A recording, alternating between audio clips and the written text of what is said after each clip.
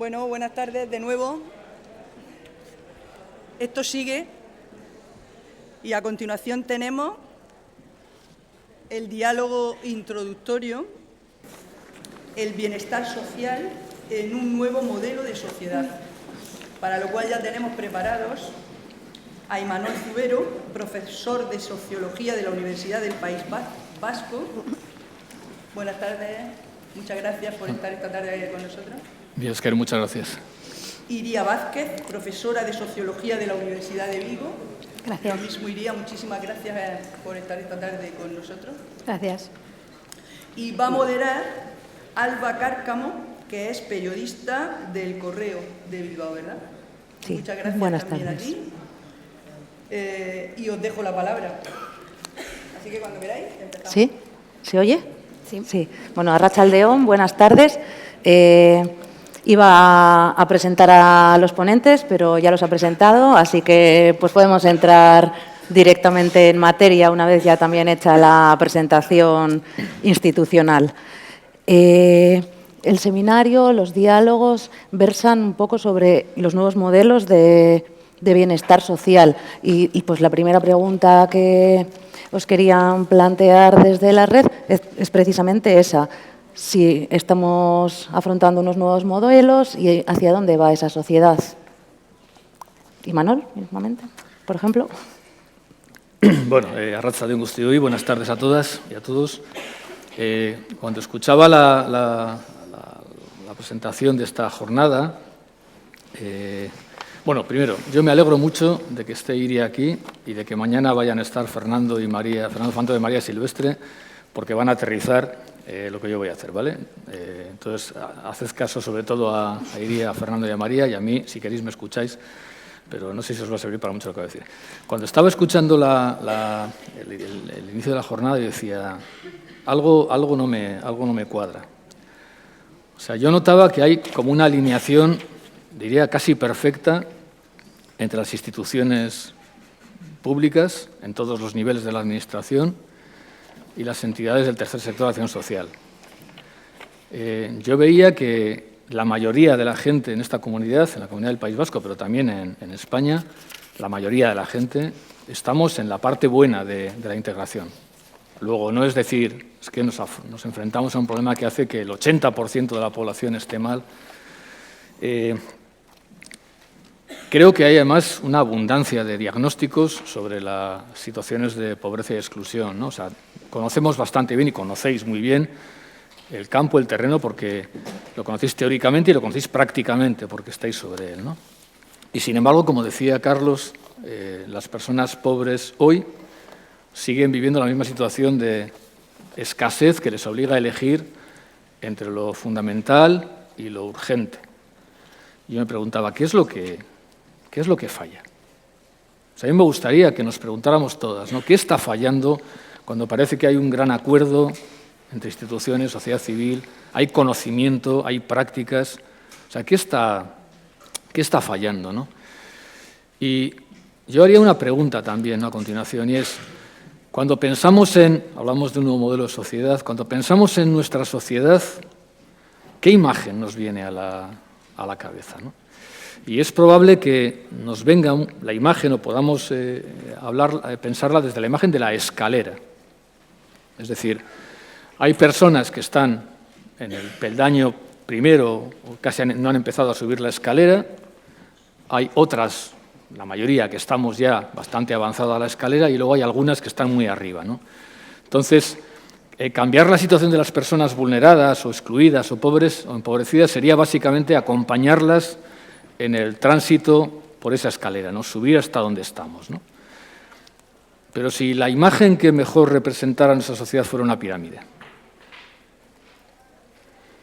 De manera que es imposible sacar a todas las personas que están en la base de la pirámide sin destruir la pirámide, sin aplastarla. Y digo esto porque o sea, sin duda hay muchos cambios en nuestra sociedad, o sea, muchísimos. O sea, yo que ya tengo 62 años, he vivido muchísimos cambios. Mi mamá, que tiene 90 años, muchísimos más. muchísimos cambios, y los que veremos, ¿no? Pero ya había una zarzuela, creo que era, yo no soy muy de estas cosas, pero había una zarzuela hace mucho tiempo que decía: hoy las ciencias adelantan que es una barbaridad. Y creo que era como de principios del siglo XX, ¿no? O sea, el cambio es permanente en nuestras vidas. Pero ¿qué es lo que cambia en nuestra sociedad? Es decir, ¿la inteligencia artificial es un cambio sustancial? ¿El chat GPT es un cambio sustancial? ¿El trabajo en la nube es un cambio sustancial? En las ciencias sociales, en sociología, hemos identificado siempre dos tipos de cambios. Cambios en las estructuras y cambios de las estructuras. ¿Hay muchos cambios en las estructuras? Sí. ¿Hay cambios en la estructura de dominación y privilegio de nuestra sociedad? Pues lamentablemente no. Primero porque es muy difícil, por eso es estructura, si no sería coyuntura.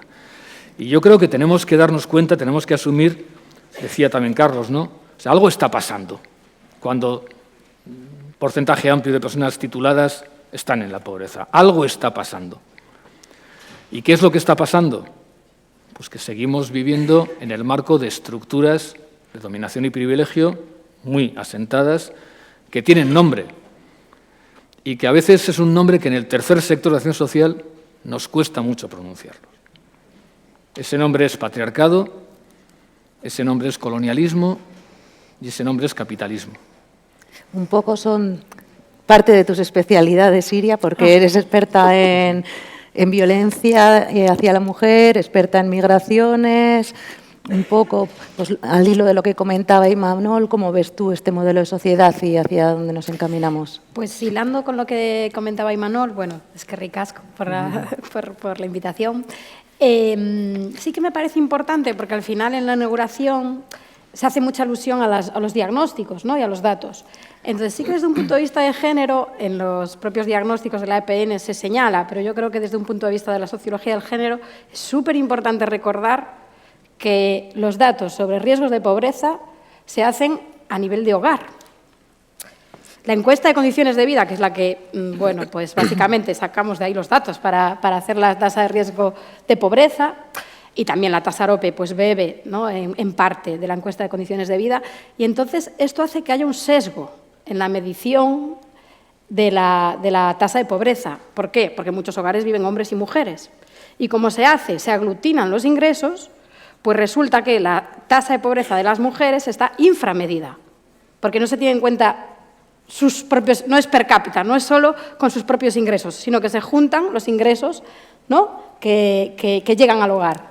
Entonces, realmente las pocas simulaciones que se han hecho en ese sentido lo que muestran es que si tuviéramos en cuenta, por ejemplo, solo los ingresos per cápita de las mujeres, pues en el contexto del Estado estaríamos cerca del 50% de mujeres en riesgo de pobreza, que ya empiezan a ser unos, ¿no?, porque las cifras, los diagnósticos y las cifras, yo creo que es importante, porque al final desde el mundo, bueno, pues del tercer sector institucional necesitamos datos, porque si no, ¿cómo hacemos evaluaciones?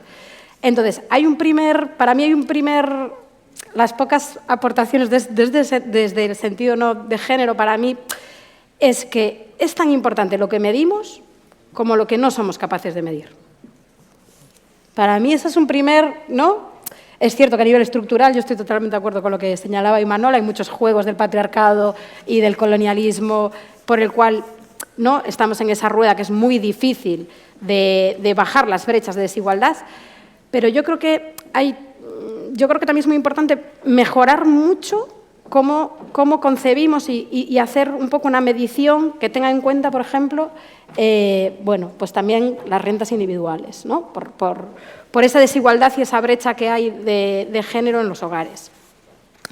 Y luego lo que decía Imanol, o sea, realmente, si pensamos, por ejemplo, en el ámbito del empleo, ¿no?, que salió también, y supongo que después podemos comentar algunas cosas, en el ámbito del empleo, por ejemplo, es verdad, las mujeres está totalmente estudiado, analizado, estamos en un mercado laboral más precario, segmentado, bueno, hay muchísima desigualdad laboral también de una manera interseccional, ¿no?, por procedencia, por edades, etcétera.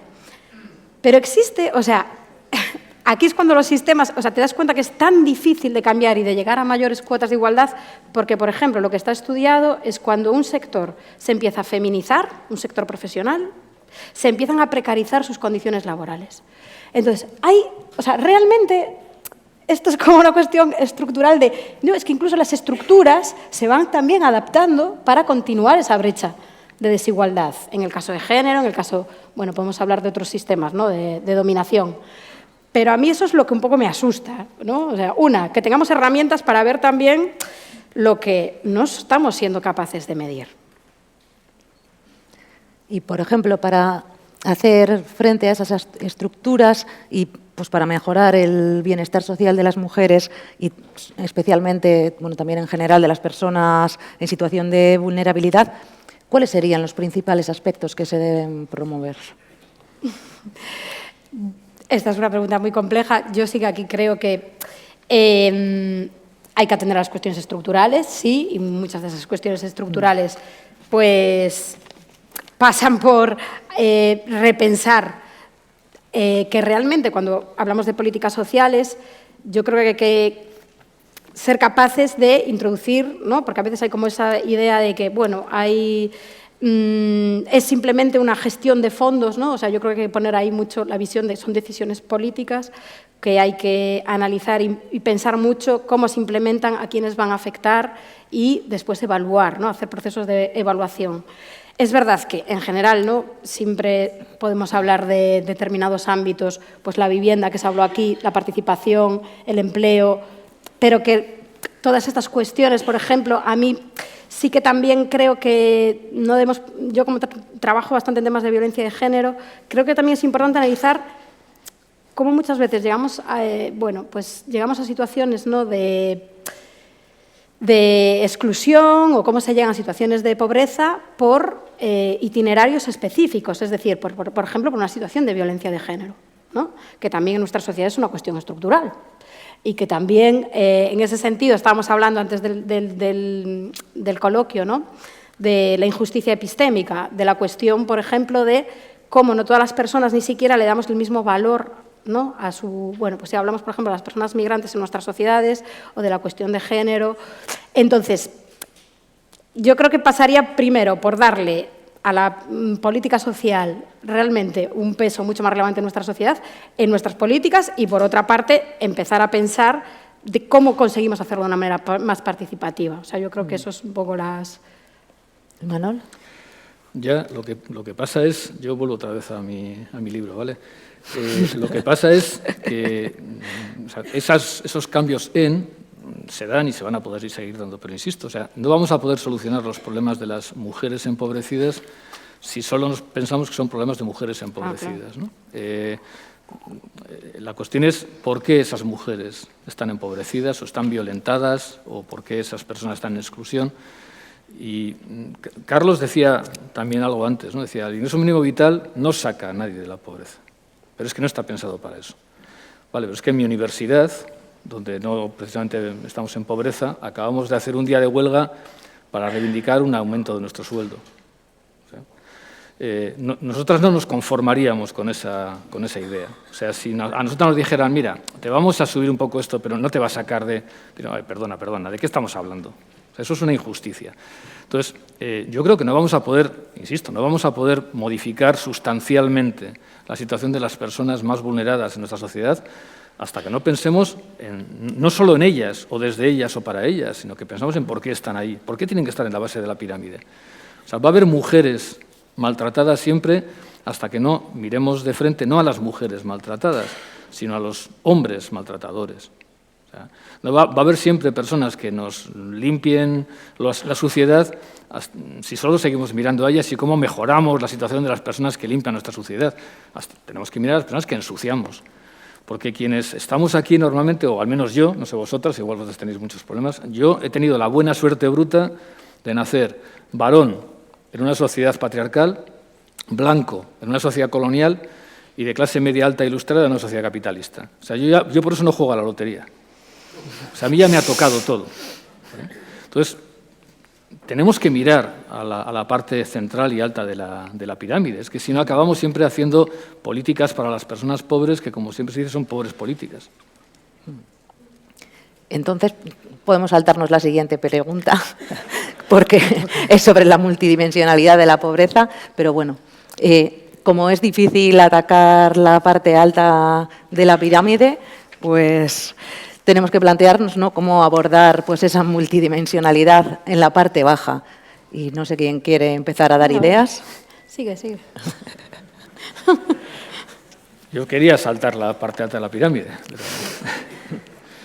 A ver, pero es que incluso aunque abordemos en términos de intervención, porque evidentemente es muy difícil cambiar, seguramente imposible, las ruedas de un coche en movimiento, ¿no? Y cambiar un sistema de dominación o una estructura de dominación es algo así, ¿no?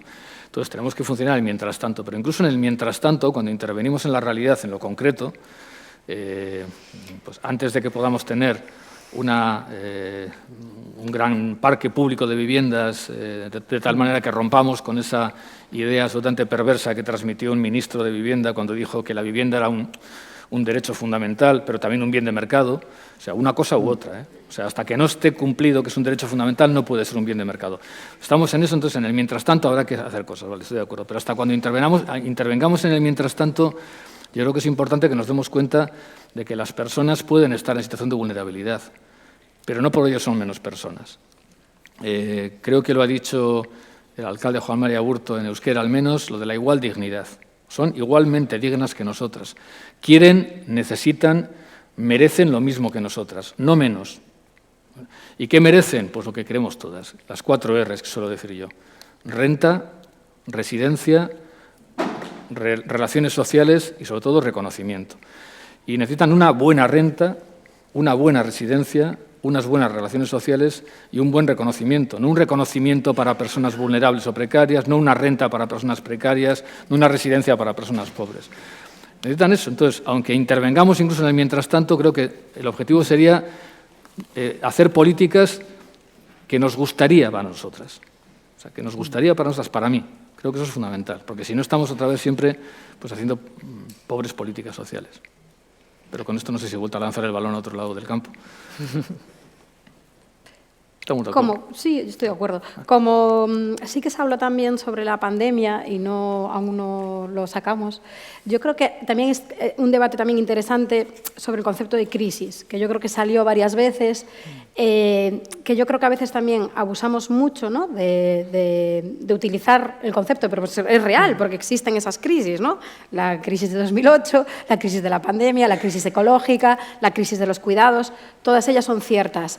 A mí hay una cosa que me preocupa que tiene que ver con si estamos utilizando tanto este concepto sin irnos tanto a las causas, ¿no?, y a las diferentes consecuencias que pueden tener esas crisis, ¿no?, y cómo las afrontamos. Porque yo creo que ahí sí que en el análisis de la exclusión social se ve de una manera clara cómo la gran recesión de 2008 sí que causó una brecha de desigualdad que tardaron bueno, más de una década, ¿no?, y siendo datos muy negativos en los que estábamos, poder recuperarse. Y yo creo que en ese sentido la pandemia, bueno, sí que creo que que fue una manera de afrontar también desde el ámbito público diferente, aunque todo el debate, que a mí me pareció súper interesante, y luego igual con el público podemos también debatir, el debate que se dio sobre la esencialidad, por ejemplo, ¿qué consideramos esencial en nuestras sociedades? Yo creo que eso fue una oportunidad para pensar lo que preguntabas al principio, Alba, hacia dónde podemos ir, ¿no? Estamos en un momento que si asumiéramos 2 ideas, que en los años 70 el ecofeminismo ya lo comentaba, o sea, tampoco estamos comentando cosas, que somos ecodependientes, es decir, que dependemos de un medio, y que somos interdependientes, ¿no?, que tenemos que organizar un sistema de cuidados.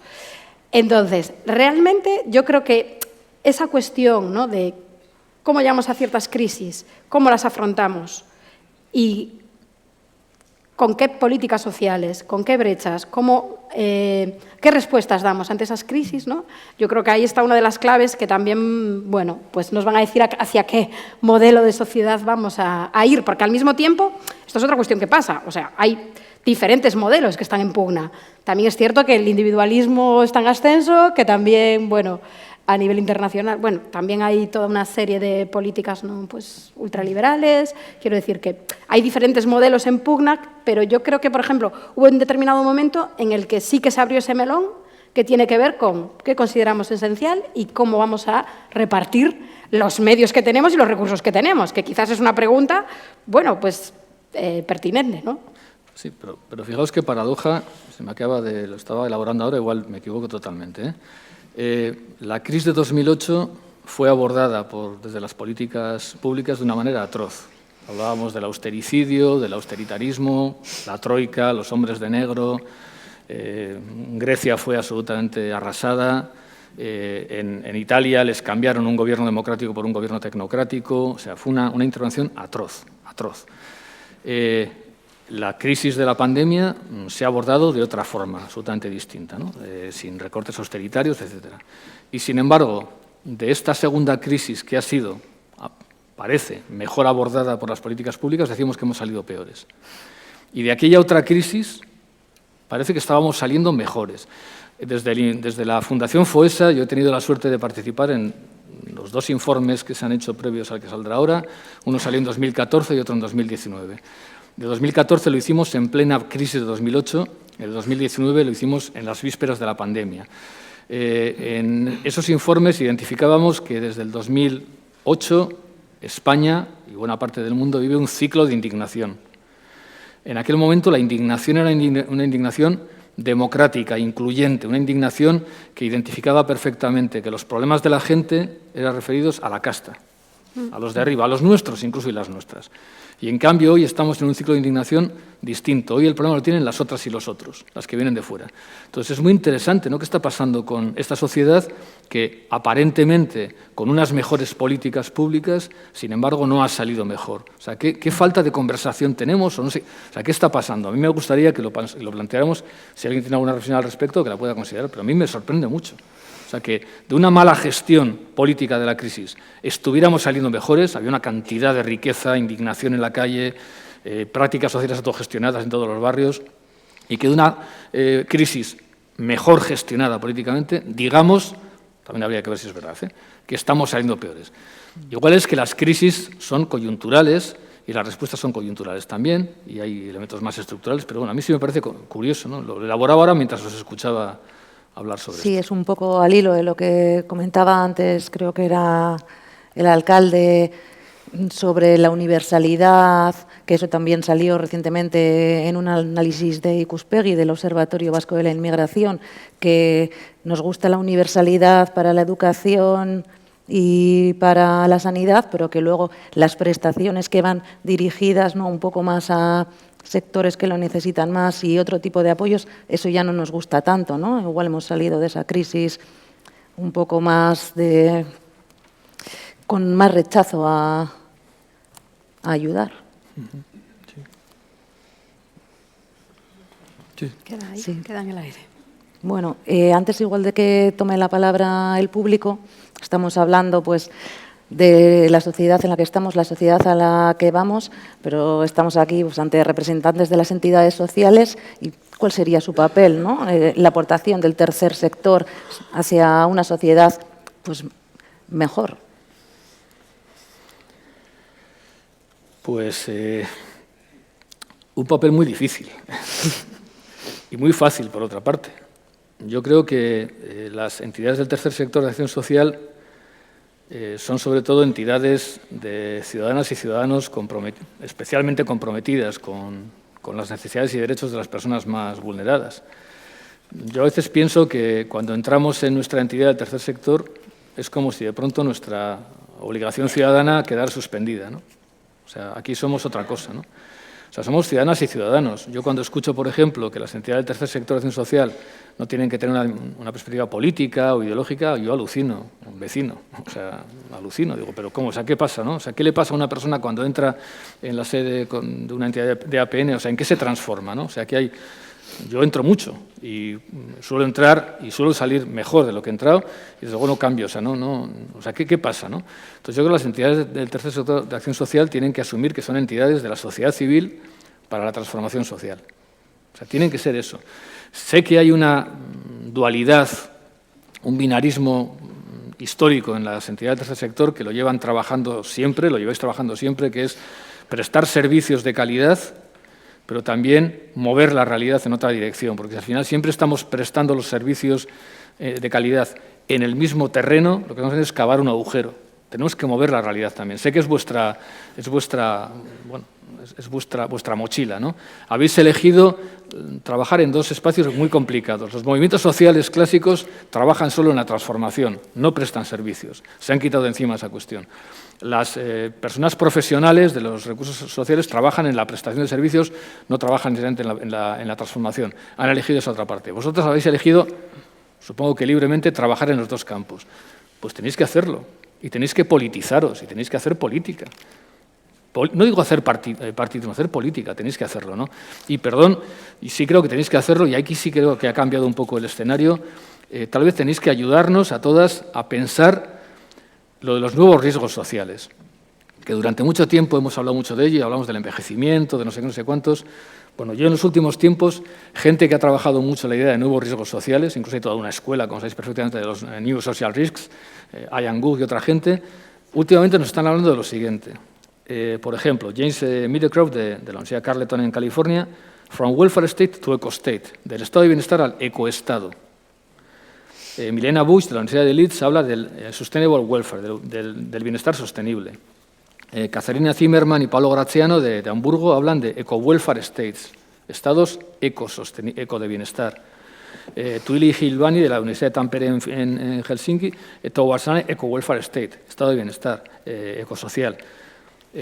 Iría hacia referencia a la idea del ecofeminismo. Yo creo que una vía potente para reforzar vuestra identidad como entidades políticas, ciudadanas, que mueven la sociedad del terreno es que hagáis mucho sitio en vuestra reflexión, en vuestro trabajo, en vuestra formación, a la propuesta ecofeminista. Yo creo que o somos capaces de pensar el bienestar en términos globales y asumir con dolor y con dificultad que nuestro bienestar, tal y como funciona hoy, incluso el bienestar de personas que podemos ser austeras, exige el malestar, está construido sobre el malestar de tantísima gente en el mundo. O sea, o pensamos en términos de decrecimiento, o pensamos en términos de no crecimiento, o si no, creo que vamos a tener algún problema. Y ahí tenéis que ayudarnos vosotras a ir en esa dirección. Esta sociedad no va a ir en esa dirección fácilmente, somos crecentistas a tope, ¿no? Bueno, pues tenéis que ayudarnos en esa dirección. Iria, reflexión final. Bueno, sí que creo que la incidencia política, pero muchas entidades que están aquí realizan esa incidencia política. Sí que también creo que hoy en día son pioneras en innovación social. Y bueno, yo ya desde mi práctica, ¿no? en mi caso, bueno, pues que trabajé en una entidad con víctimas de violencia de género, pues quizás mi reflexión, ¿no? Después de varios años, también tiene que ver con un poco yendo a lo que comentaba antes, con la dificultad de no solo quedarnos con las personas que atendemos, sino pensar, ¿no? Por ejemplo, las que no están llegando. Quizás para mí ese es un reto, ¿no? En el caso, bueno, pues de esta asociación tenía que ver con que, por ejemplo, mujeres con diversidad funcional no llegaban a nuestra entidad. Pues entonces el problema es que tenemos que ir a donde realmente están ellas para poder, ¿no? O sea, como que reconfigurar un poco la idea de no quedarnos solo con una... A veces las administraciones, ¿no? Te piden, bueno, pues los números de las personas que atiendes. Pues yo creo que hacer el giro y empezar a pensar dónde están las que no atiendo, ¿no? ¿Dónde están, además de toda la incidencia política, la participación, la innovación, ¿no? Todas estas palabras así como tan, bueno, que sí, que son ciertas y es verdad.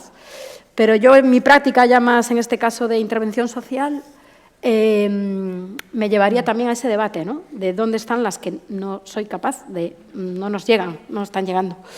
Quizás esa es una para mí, además de, bueno, del debate sobre la intervención social, pero no, quizás luego en el debate tendremos así algún... Sí, pues si alguien quiere empezar el debate, sí, mira, están abiertos. Sí.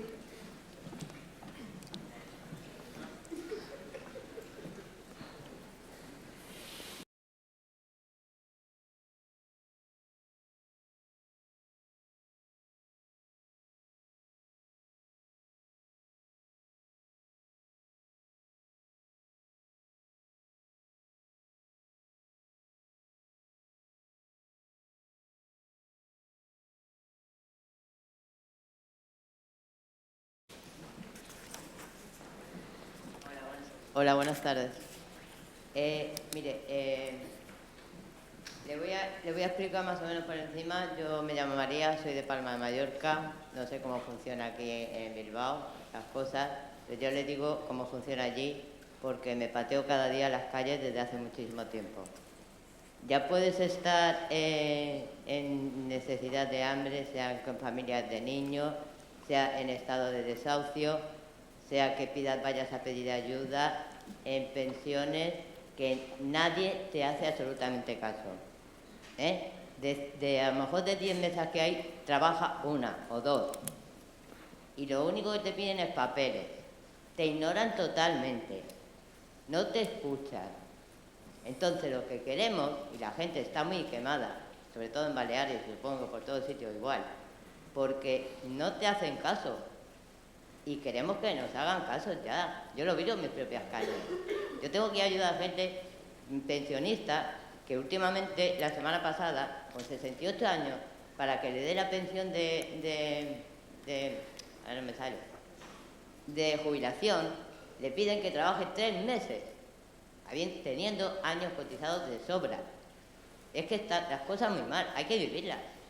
Una cosa es lo que te venden y otra cosa es lo que te dicen. Después, y se lo digo, no sé cómo se llama la señora de rojo. Iria,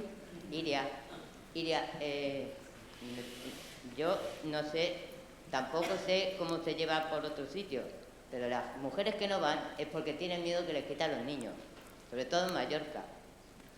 Si tú vas a denunciar un maltrato, te quitan los niños. Si vas a denunciar que pasas hambre, te amenazan con quitarte a los hijos y tienen miedo. Y luego, ¿qué pasa? Que son números que salen en la televisión. Eso es lo que pasa. Que tienen miedo. Yo acompañé a una chica a denunciar un maltrato de violencia de género. La misma Policía Nacional le dijo, aquí no es en esta comisaría, te tienes que ir a la comisaría que estaba a 10 calles o 15 calles en Mallorca. Y yo le dije al policía, yo misma, le dije al policía, en el momento que ella salga de aquí, de aquí a allí, la puede matar. Y no le importó. Y como eso, funciona todo. ¿Por qué ahora las pensiones, cuando tú echas para esto, para una cosa, para otra, te van rotando la seguridad social, van rotando, que las de Mallorca se vienen a Bilbao, las de Bilbao se van para Palma de Mallorca? Es una manera de liar a la gente. Ya está bien, que se están riendo de la gente, que ya lo dice la palabra, en exclusión social, excluidos de la sociedad. Si más claro es imposible. Si yo estoy luchando para que cambie esa palabra, ¿por qué no ponen esa palabra? En exclusión social. No respetan la subvención de los desahucios, es que no te respetan nada. Suben los alimentos básicos, ¿por qué? Que suban el marisco, que suban las cosas, pero que no suban el aceite, que vale 11 euros una botella de aceite normalita, ya de marca básica de esa, que tampoco es el pan, la leche, los productos básicos. Hay niños pasando hambre, ellos no lo entienden, no les importa nada, venden humo y queremos hechos, no humo. Y lo siento mucho, pero es lo que siento, porque lo vivo cada día, porque como yo lo he vivido desde hace mucho tiempo y lo sigo viviendo en mis carnes, me dedico a ayudarles a ellos, para que no se vean en la misma soledad que me he visto yo, la cantidad de lágrimas que he tenido que echar, porque cuando yo empecé, pero ahora ya sé a la puerta que tengo que tocar para que me escuchen. Me da igual donde sea, pero me escuchan. Me escuchan, me cuesta, pero me escuchan. No que ellos se ríen totalmente. Sí, plantean una falta de sensibilidad de algunas instituciones. No contigo. Entonces, la persona, si va allí sola, porque te enseñan a ser fría y calculadora, y perdón que me perdone a alguien aquí, como ella, si va una persona, que es la primera vez que va allí, sale derrotada más de lo que entra, porque ¿cómo te digo? No se implican con ella, ni siquiera la consuelan, sale más destruida todavía. Y eso es lo que me ha hecho a mí, que yo cada día me pateo las calles con ella, para ayudarle, porque me da mucha rabia. Y no es así. Empatiza un poquito, porque si tú vas, como le dijo una, ¿a qué has venido tú aquí? Pues a pasar la tarde. Si yo vengo aquí es para pedir ayuda. al día de hoy, y desde el 17 de octubre, no ha recibido ni esto, ni una barra de pan. Bueno, compartís igual. No tiene ni una clase de inglés, ni se han preocupado en llamarla. Ha estado ingresada, ha llamado al 024 que han puesto ahora para la gente que quiere, que no sabe si lo que es ese número que le han puesto, para la gente que tiene ideas malas, porque de la noche a la mañana no buscamos esto, ni queremos ayuda, porque aparte tampoco llegan, ya te digo yo, tampoco llegan las ayudas. De 200.000 llegan 50.000 si es que llegan, pero no queremos ayuda. No se puede vivir con 700 euros ni con una pensión no contributiva de 400 euros. Es un poco al hilo de lo que comentaba Imanol, ¿no? De que ella comenta que no se puede vivir con 700 euros, ¿no? Un poco también, antes hablabas tú de eso, del ingreso mínimo vital, lo ha comentado también Carlos, ¿no? De que son parches que no sacan a la gente de la pobreza. No, porque el ingreso mínimo vital no es que sean, como te dicen, son 1.200 euros, no. Si tú tienes 3 hijos, te corresponden a lo mejor 200 euros. Si eres una mujer sola, te corresponde 1.200. ¿Por qué? No tiene una cifra exacta. Eso es mentira y se lo digo con conocimiento de causa, porque tengo documentación suficiente, tengo un despacho en mi casa, que ya de tantos papeles como tengo. No pagan lo que dicen, son mentiras. Y que alguien que hay aquí, si quiere que me lo discuta, no es verdad. ¿Y le gustaría plantearles alguna pregunta a ellos? Sí, es que lo que... sí, ¿por qué no hay más empatía con la gente? Que no vamos allí a pedir limosna, vamos a pedir nuestros derechos. Es que lo que, vale, muchas gracias. Lo que plantea María, a mí lo que plantea María a mí me parece muy importante porque, a ver, hay una autora británica, Renie Dolot, que tiene un libro maravilloso que yo recomiendo, que es ¿Por qué no hablo con blancos sobre racismo?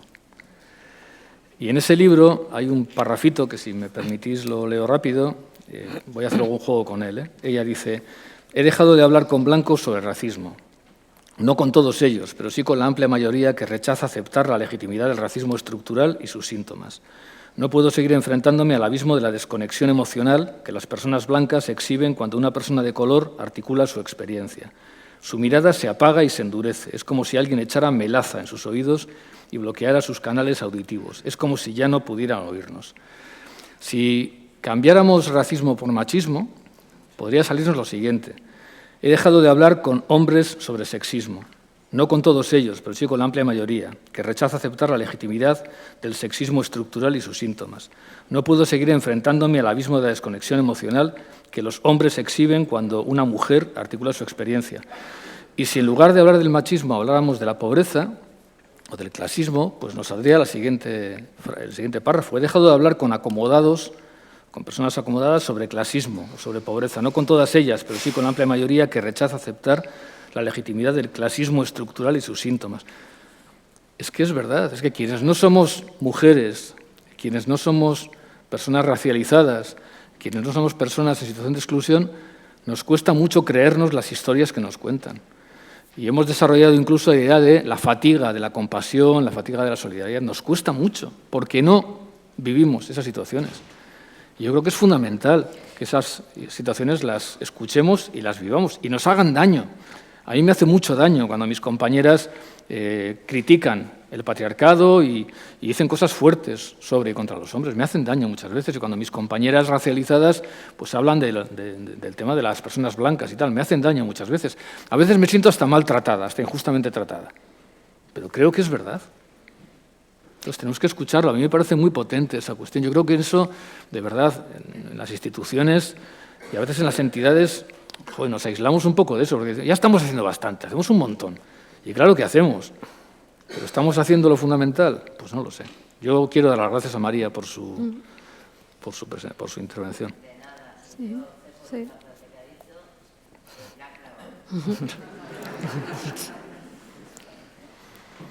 No sé si hay más preguntas.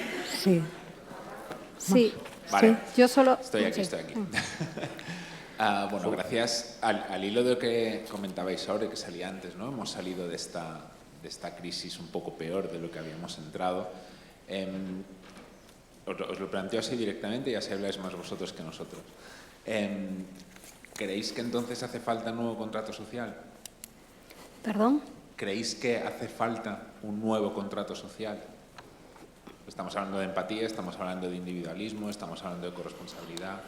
Algo falta ahí, ¿no? Que lo junte, Porque entonces, si las nuevas generaciones que nos vienen por detrás han estado creciendo y diciendo no, formados y id a la universidad, que accederéis a unas mejores condiciones, y son los que peores datos de paro tienen de toda la Unión Europea, son los que más les cuesta emanciparse, 1 de cada 5 está en situación de pobreza, pero con un título debajo del brazo.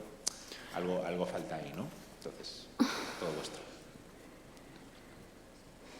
¿Quién quiere empezar?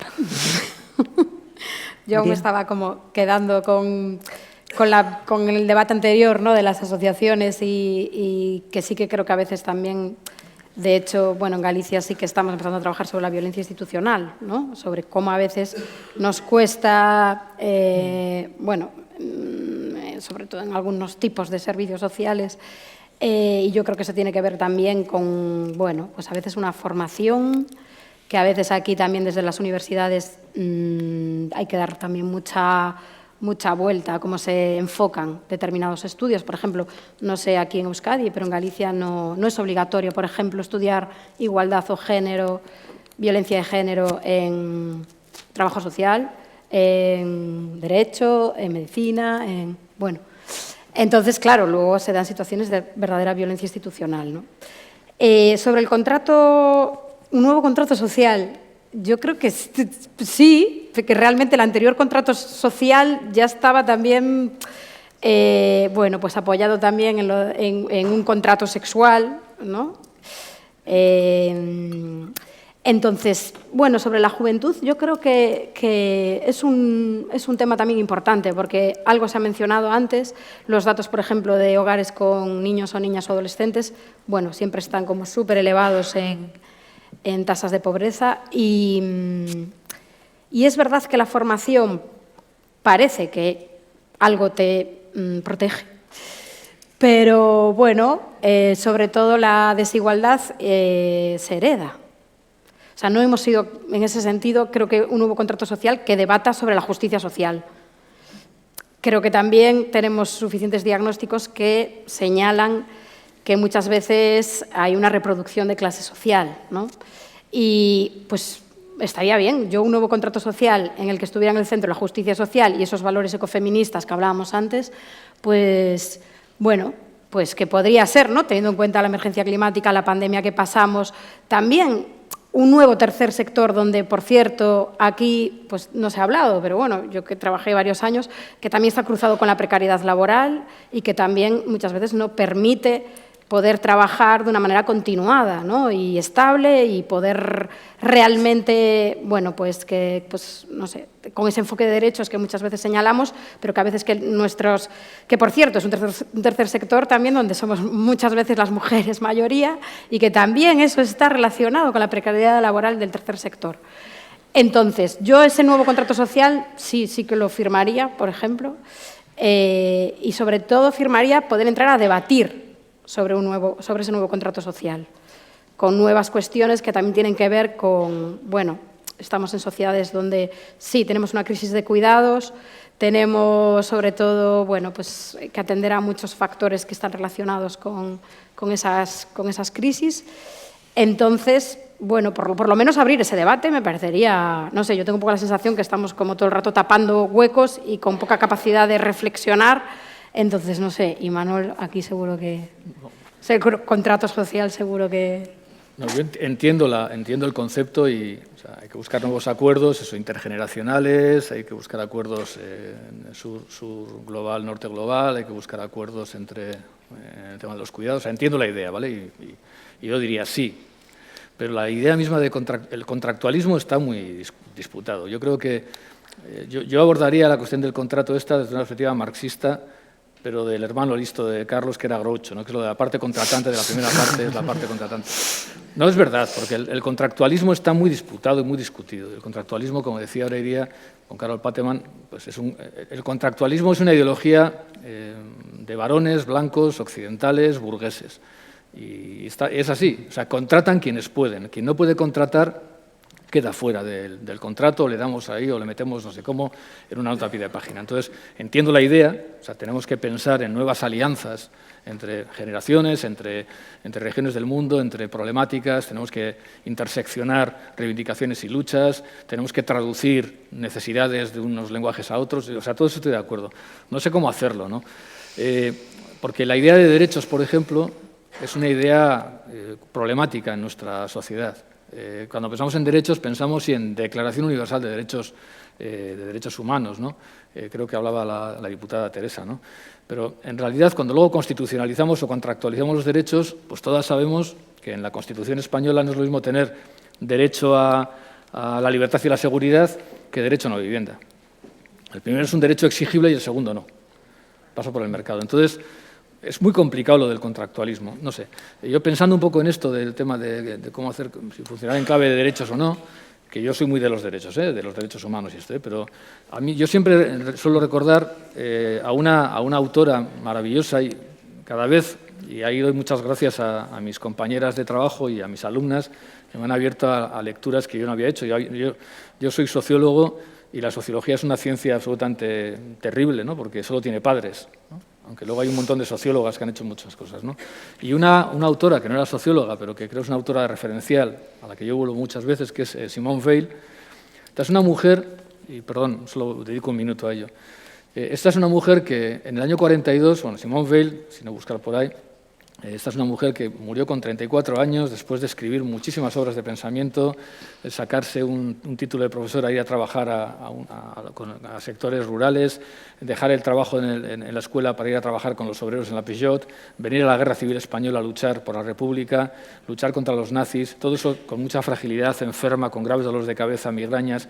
Bueno, pues en el año 42 se estaba muriendo en un hospital en Londres. Estaba muriendo de tuberculosis, murió a los pocos meses. Y mientras se moría, ella estaba redactando un texto que solo hay unas notas que se titulaba Estudio para una declaración de las obligaciones respecto al ser humano. Lo estaba escribiendo en abril del año 43, 5 años antes de la Declaración Universal de Derechos de las Personas Humanas, de los seres humanos, ¿no? de la humanidad. Una declaración de las obligaciones respecto al ser humano. Y esa declaración decía lo siguiente: las necesidades del ser humano son sagradas. Su satisfacción no puede estar subordinada ni a la razón de Estado ni a ninguna consideración, ya sea de dinero, de raza, de color, ni al valor moral u otro atribuido a la persona considerada, ni a ninguna condición cualquiera que sea. El único límite legítimo a la satisfacción de las necesidades de un ser humano determinado es el que asignan la necesidad global y las necesidades de otros seres humanos. El límite solo es legítimo si las necesidades de todos los seres humanos reciben el mismo grado de atención. Yo, si la base contractual es esta, venga, ¿dónde hay que ir? Firmo con los ojos cerrados. Pero si volvemos al contractualismo, esto de personas que porque pueden, porque son propietarias, pueden contratar, pues creo que al final no nos moveremos mucho de donde estamos. Pero entiendo la idea y sí, estoy por buscar nuevas alianzas, pero con estas claves, a poder ser. Sí, tenemos tiempo para alguna pregunta más. Levanta la mano por allí.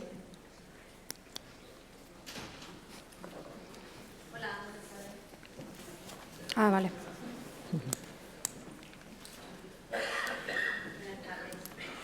Sí, hola. Sí. Bueno, yo creo que está muy interesante todo el debate y todo lo que se está planteando, ¿no?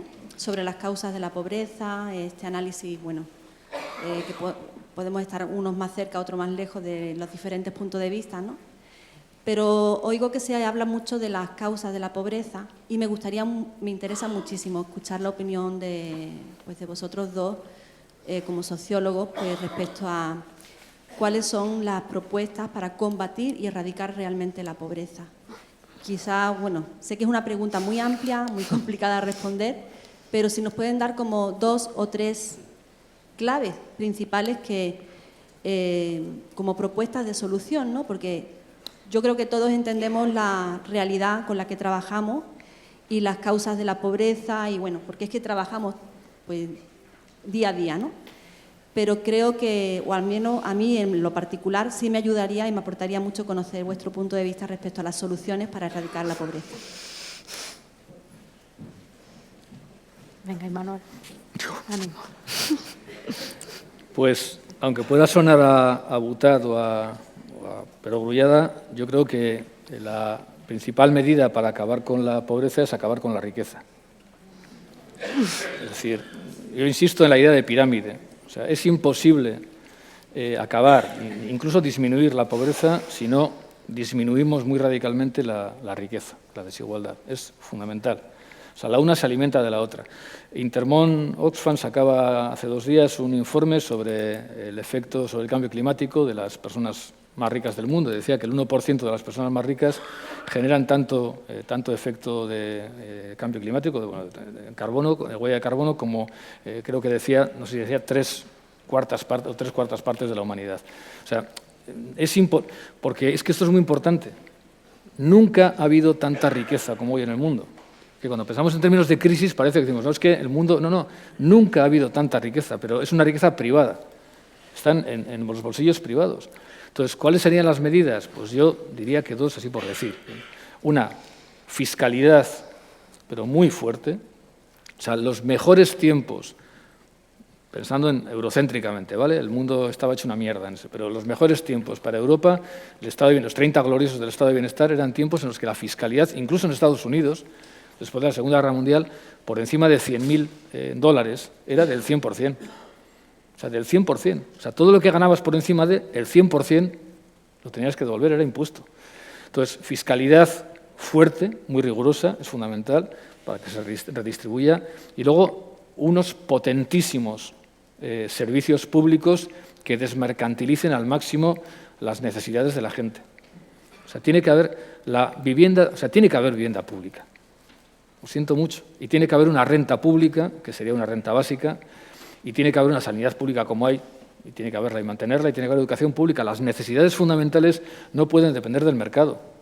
No pueden depender del mercado. Y luego, si alguien quiere una casa con terraza, pues que vaya al mercado. O un trasplante de pelo, pues que vaya al mercado. Pero yo diría eso, fiscalidad y desmercantilización. Pero no sé si hay alguna economista en la sala, seguramente me dirá que soy un sociólogo.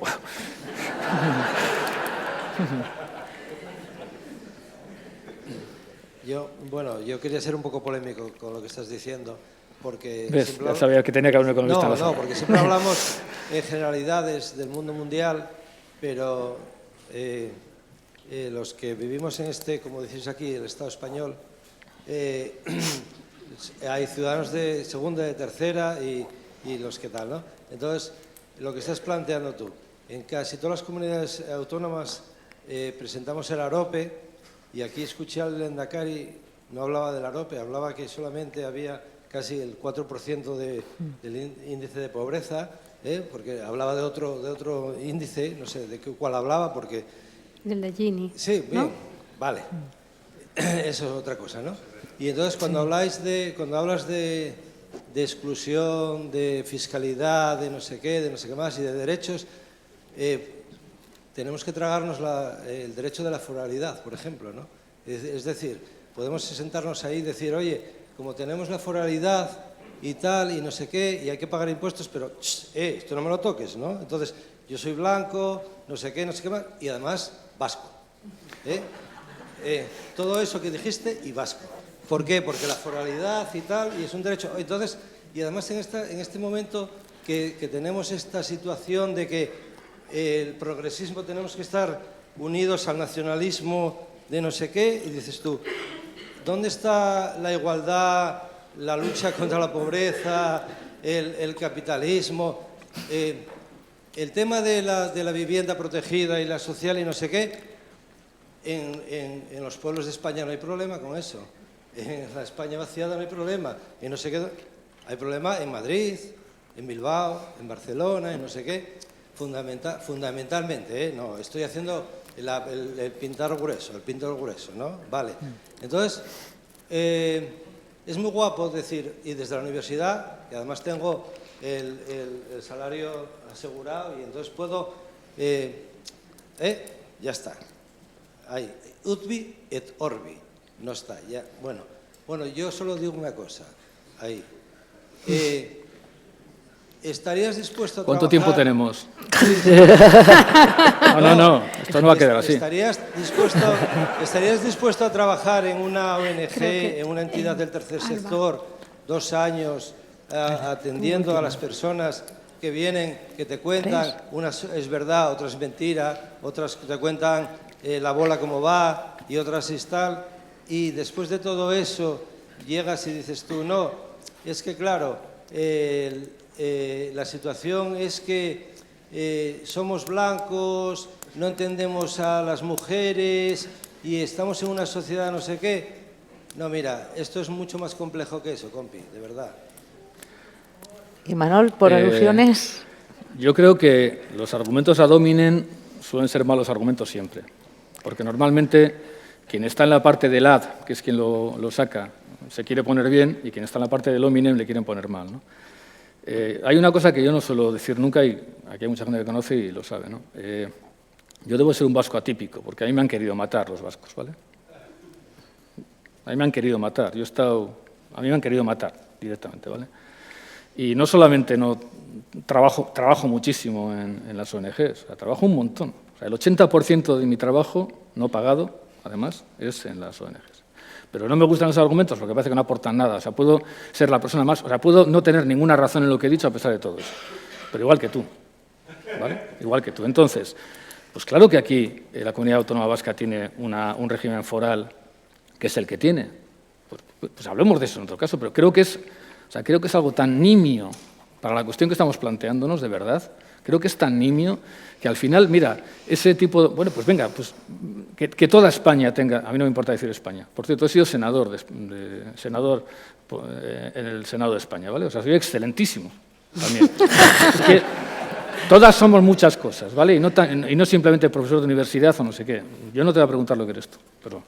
Entonces, extendamos el régimen foral a todo el mundo. A toda España. Todo el mundo va a ser imposible. A toda España. ¿Y qué? Estamos alimentando el chauvinismo del bienestar. Estamos alimentando el chauvinismo del bienestar. Que eso nos va a matar.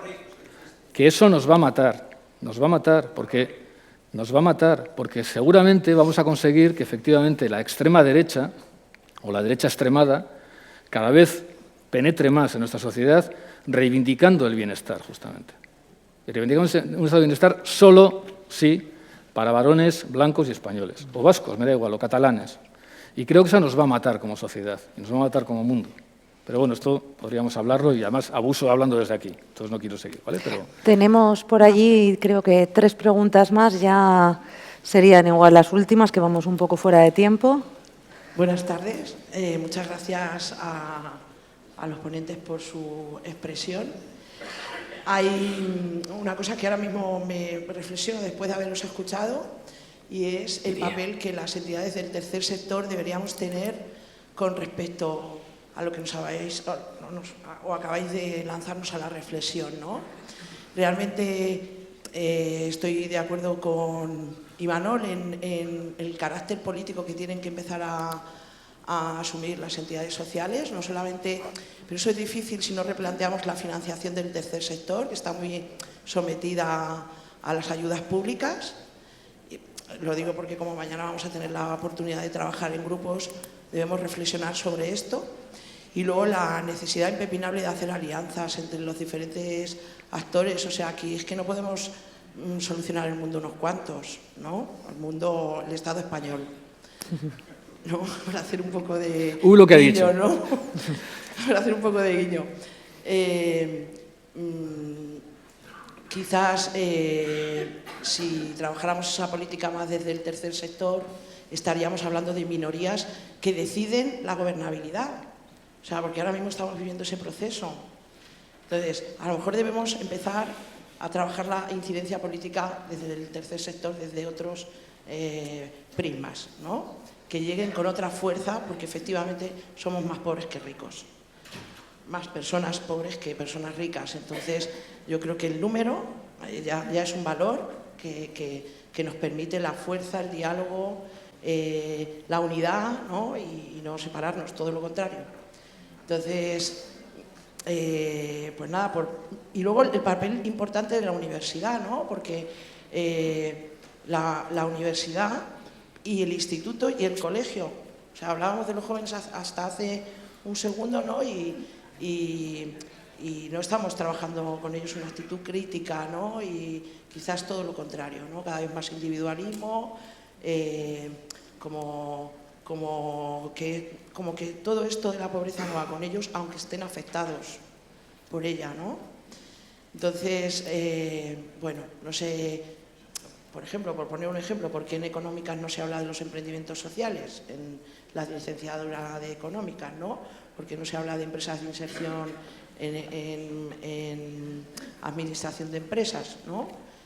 Bueno, pues un poco también el papel importante que tiene la universidad en ese proceso de transformación y todos los agentes, porque evidentemente esto no lo hace el tercer sector, no es una competencia exclusiva del tercer sector.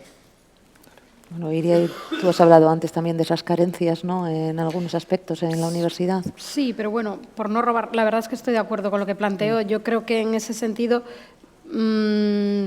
las personas que hemos estado en la intervención social y que al mismo tiempo, ¿no?, de diferentes maneras podemos estar en aulas universitarias, porque también, bueno, pues también entidades sociales vienen a las aulas universitarias y yo creo que eso es algo pues súper interesante, se retroalimentan. Entonces yo creo que sí que necesitamos esa conexión para realmente hacer, formar realmente a los profesionales. Yo colaboro, por ejemplo, bastante, ¿no?, con la unidad de igualdad en el caso de la universidad y, bueno, pues también soy crítica en el sentido de que en los propios currículums es que estamos fallando en los planes de estudio. O sea, hay que poner ahí el ojo a nivel estructural en los planes de estudio, de lo que tú estabas comentando, ¿no?, de qué materias estamos dando, con qué enfoques, qué bibliografías, qué metodologías. Bueno, pues ponía el ejemplo, ¿no?, de violencia de género, pero lo podríamos poner con economía social, lo podríamos poner con cuestiones también muy vinculadas al tercer sector que no están dentro de los planes de estudio, porque es que a veces, también nos pasa en sociología, es que a veces heredas planes de estudio que estás hablando, no sé, del mundo de los años 70. Es que tenemos que... ¿no? Es que no se habla, por ejemplo, de emergencia climática, es que no se habla de apenas de... las crisis migratorias, ¿no?, o la falta de derechos de la población migrante. O sea, claro, es que estamos a veces los planes de estudio a veces que heredamos necesitan muchísima actualización. Sí. Siguiente pregunta. Vale, una pregunta, porque yo creo que sí que habéis afinado muy bien en esa parte de identificar el colonialismo,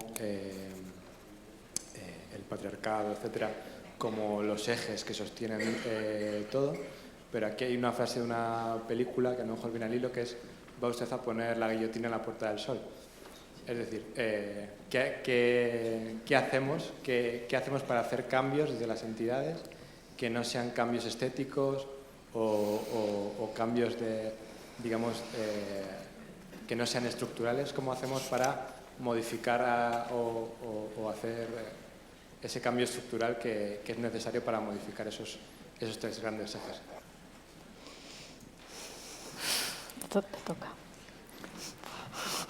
Pues, bueno, no sé, es una pregunta esencial y haría falta, primero, más conocimiento en esta parte, al menos en esta, y más tiempo, ¿no? Pero yo creo que, vuelvo a decir, yo creo que el tercer sector tiene que empezar a verse como un movimiento social. Y hace tiempo en la revista española del tercer sector publiqué un artículo que creo que al final decía que el tercer sector tenía que verse como un movimiento voluntariadista, por cogerlo del pacifista, feminista y tal, ¿no? Tiene que verse como un movimiento social. Y sabiendo que tiene esa dimensión de intervención también, que no tiene otros movimientos, y que le exige, pero que es muy bueno porque te exige aterrizar, es verdad, te exige aterrizar, te exige estar con la gente que va a hacer no sé qué, no sé cuántos, y eso los movimientos sociales clásicos no lo tienen muchas veces, ¿no?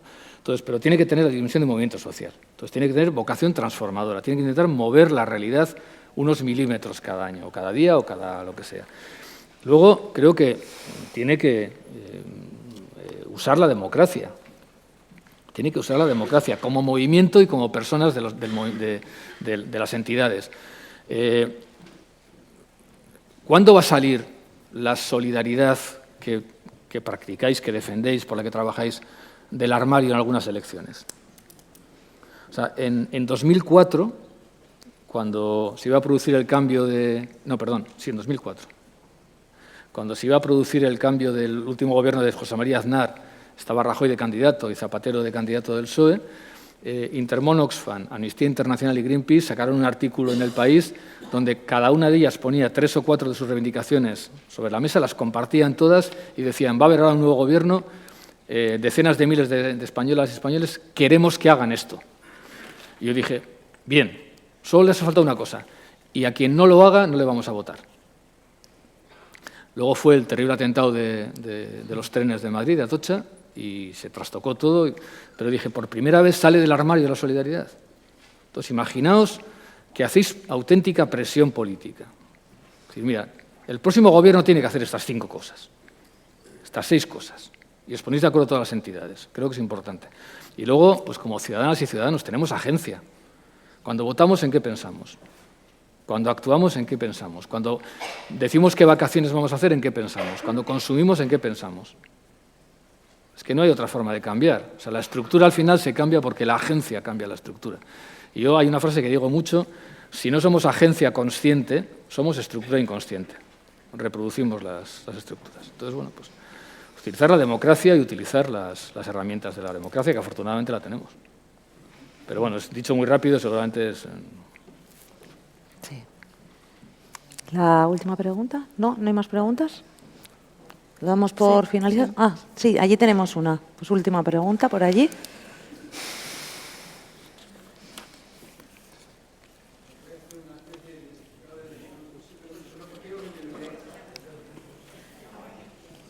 Ostras, esta va a ser buena.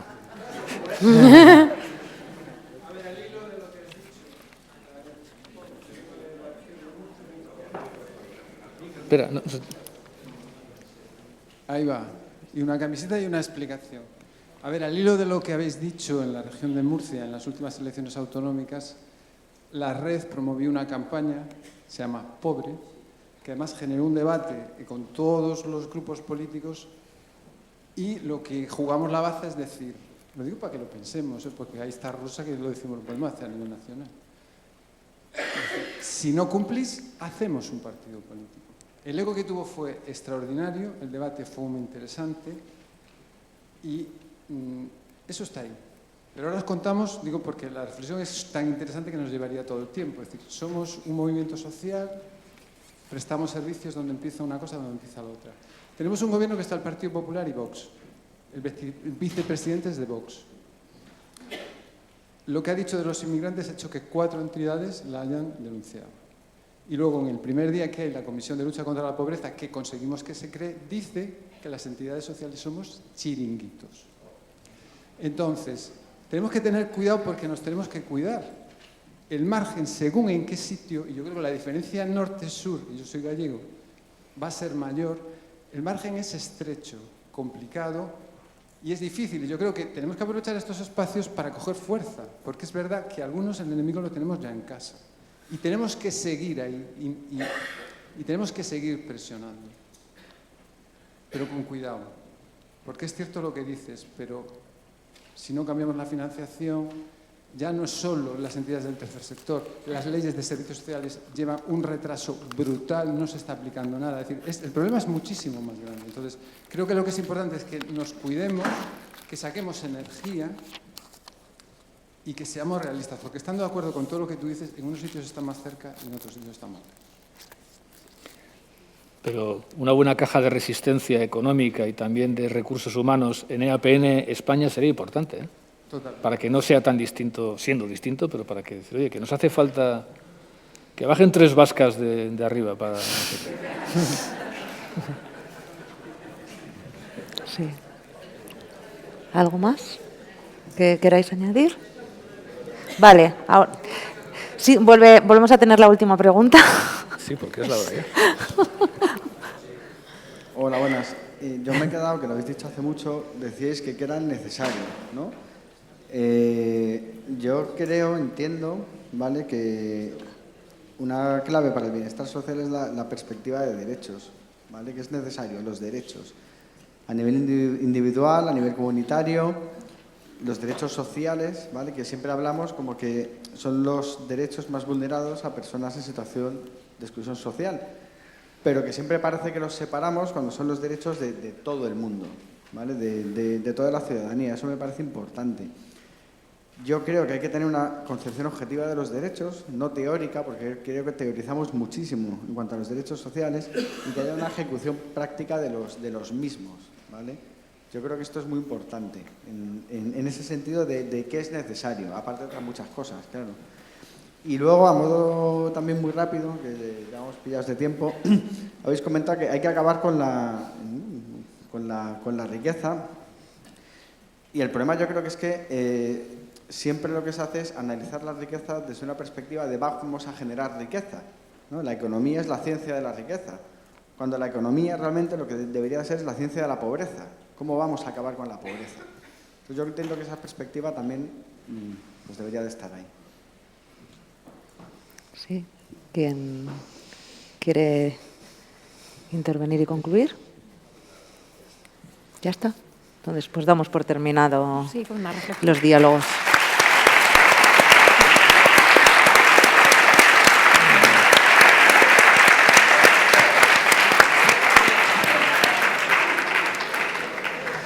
Bueno. Hola. Bueno, muchas gracias, Imanol, Iría, y esperad 2 segundos. Y Alba, muchas gracias por vuestra intervención. Bueno, acaba la primera jornada. Espero que haya sido interesante. Bueno, ha sido muy interesante porque no podíamos haber seguido aquí un rato más, seguro. Y nos vemos mañana aquí a las 9:15, ¿vale?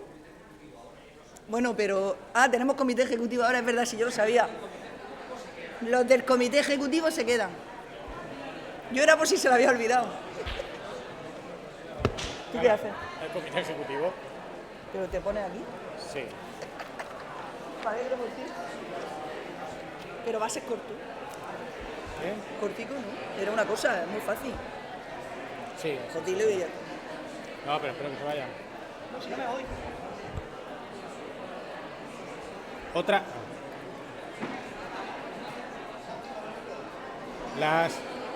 ¿Se oye? ¿Se oye?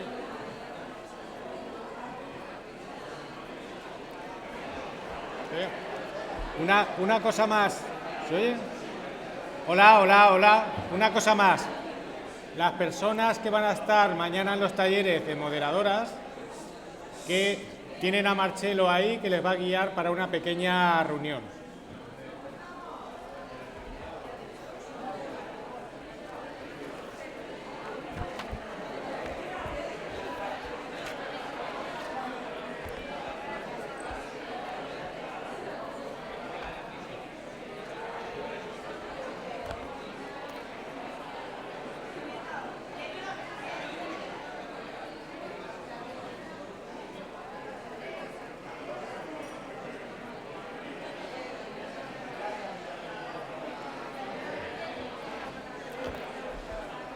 ¿Quién?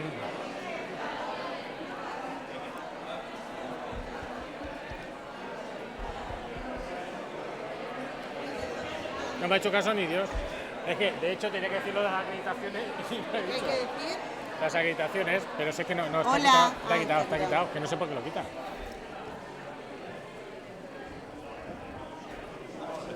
Déjame un momento. No, si es que te ha quitado el...